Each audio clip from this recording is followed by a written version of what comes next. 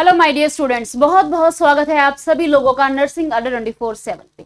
तो OSSC की vacancy out हो चुकी है। अब आप लोग तैयारी कर रहे हैं, लेकिन बहुत ज्यादा कंफ्यूज्ड है कि भाई किस तरीके से तैयारी करें, यानी कि स्टार्ट कहाँ से करें। सबसे बड़ा जो हमारे सामने एक बैरियर आता है वो यही आता है कि स्टार्ट कहाँ से करें।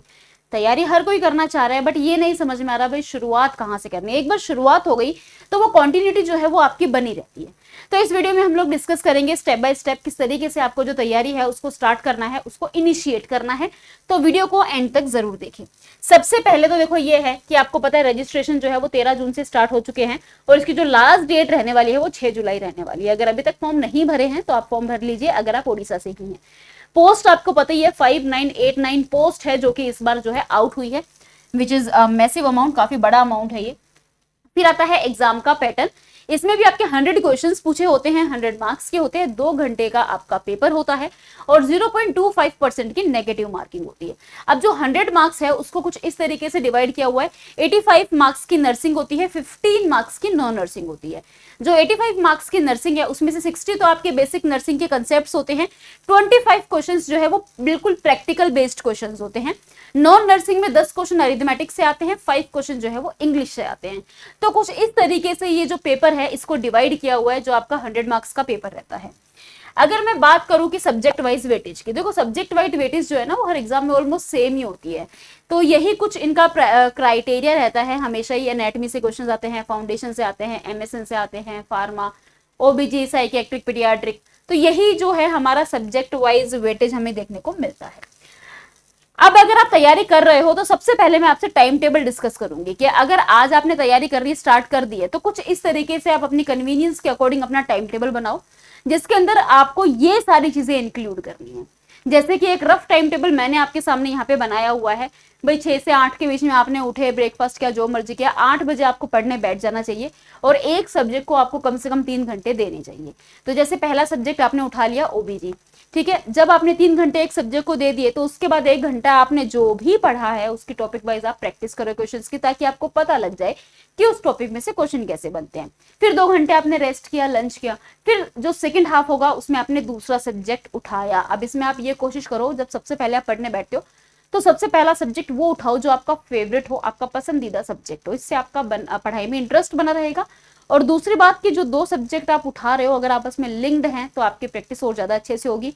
जैसे OBG और चाइल्ड हेल्थ, उसमें काफी सारी चीजें आपस में लिंक्ड होती है, तो इससे काफी अच्छी प्रैक्टिस हो जाती है। फिर वही 1 घंटा आपने टॉपिक वाइज प्रैक्टिस कर ली, फिर आपने रेस्ट किया, डिनर किया। 8 बजे 1 घंटा आप नॉन नर्सिंग को भी दो, क्योंकि 15 नंबर की नॉन नर्सिंग है। और 9 से 10 आप जो प्रैक्टिकल बेस्ड क्वेश्चंस हैं उनके ऊपर फोकस करो, क्योंकि 25 नंबर से प्रैक्टिकल बेस्ड के अलग से हैं। तो 1 घंटा आपको इसको भी अच्छे से देना पड़ेगा। जितने भी प्रैक्टिकल बेस्ड क्वेश्चंस होते हैं, इमेजेस होती है, वो सारी चीजें आप देखो। और सोने से पहले एक बार सारी चीजें रिवाइज करो। रिविजन करने का मेथड मैंने आपको पहले भी कई बार बताया हुआ है।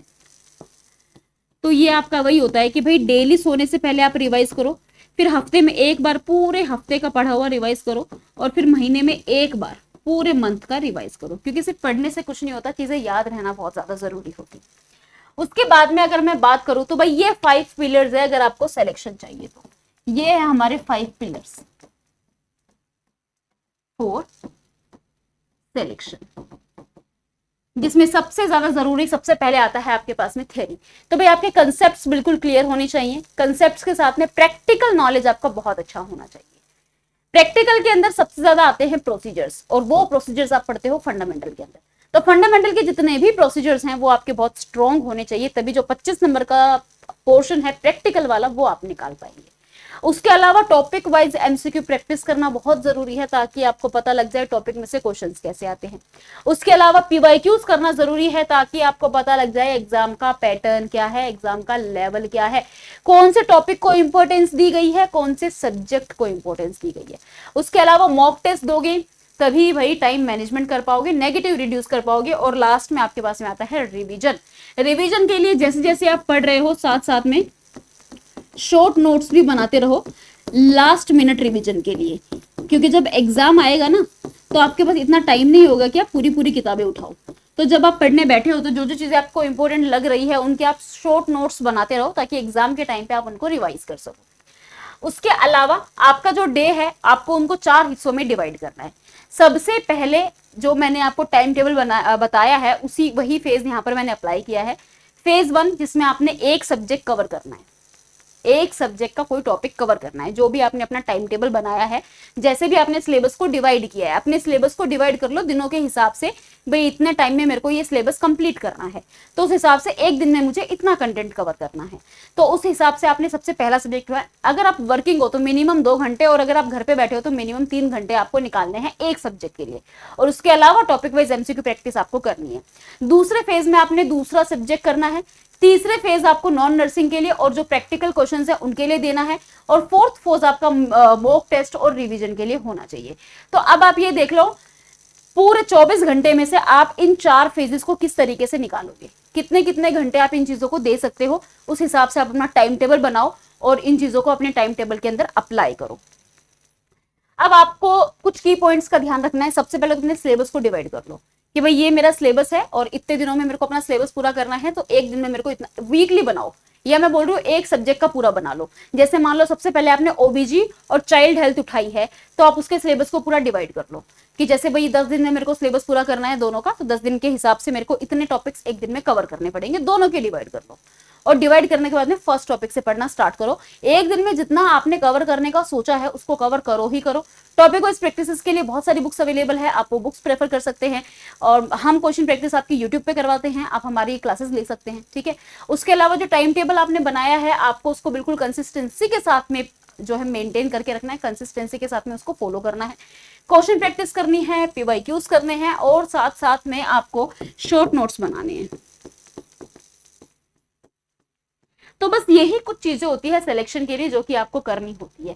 हर चीज को आपको कंसिस्टेंटली फॉलो करना है, बिना लापरवाही के, कंसिस्टेंसी के साथ में फॉलो करना है। अब क्योंकि यहाँ पे देखो प्रैक्टिकल वाले क्वेश्चंस भी आएंगे, तो आपका प्रैक्टिकल नॉलेज अच्छा होना बहुत जरूरी है। इसलिए जितने भी प्रोसीजर्स वगैरह है वो बहुत अच्छे से करो, सारी इमेजेस बहुत अच्छे से देख लो, किस तरीके से क्या क्या चीजें हैं, छोटी छोटी चीजें जो है वो आपको बहुत अच्छे से पढ़नी पड़ेगी। तो थ्योरी आपकी बहुत स्ट्रांग होनी चाहिए, और साथ साथ में क्वेश्चन प्रैक्टिस करते रहो ताकि आप नेगेटिव मार्किंग को रिड्यूस कर सको। तो आज से ही तैयारी शुरू करो। सबसे पहले अपने सिलेबस को डिवाइड कर लो। जैसे कि अगर मान लो आपने आज ओबीजी और चाइल्ड हेल्थ उठाने का सोचा है, तो ओबीजी के सिलेबस को आपने 10 दिन के हिसाब से डिवाइड कर लिया, और इसको भी आपने 10 दिन के हिसाब से डिवाइड कर लिया। पहला टॉपिक आपने उठा लिया कि भाई आज मुझे पढ़ना है लेबर, इसमें भी आपने पहला टॉपिक उठा लिया, भाई आज मुझे पढ़ने हैं माइलस्टोन। तो इस तरीके से ये मेरा पहले दिन का स्केड्यूल है। दूसरे दिन आपने उठा लिया भाई मेरे को प्री इक्लेम्शिया पढ़ना है, इसमें भी आपने उठा लिया भाई मेरे को न्यूबॉर्न केयर पढ़ना है। तो इस तरीके से पूरे सिलेबस को 10 दिन के हिसाब से डिवाइड करो और 10 दिन में उसको कवर करो। रिवीजन जरूर करो। रिवीजन करने का तरीका मैंने आपको बता ही दिया।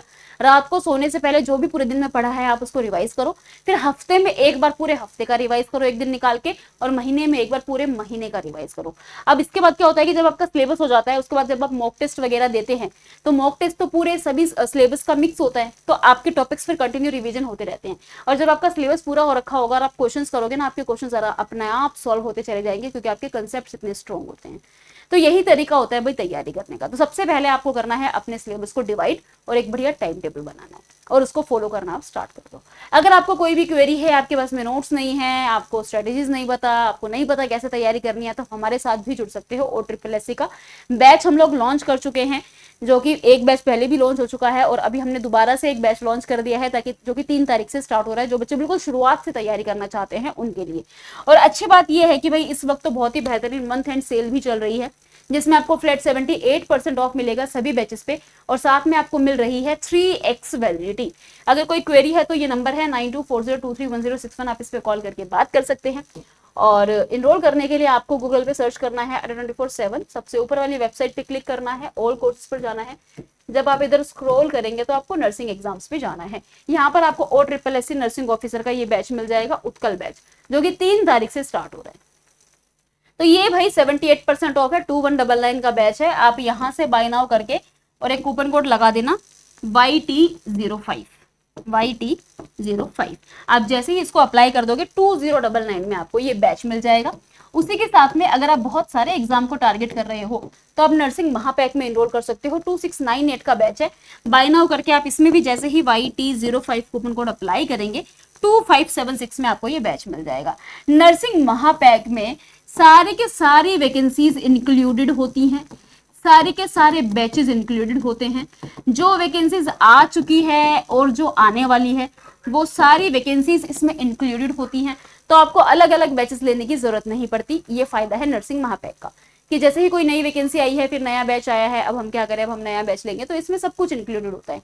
इसमें आपका OSSC इंक्लूडेड है, इसमें RRB इंक्लूडेड है, इसमें नॉर्सेट इंक्लूडेड है, जितनी भी वैकेंसीज है सारी इसमें इंक्लूडेड होती है।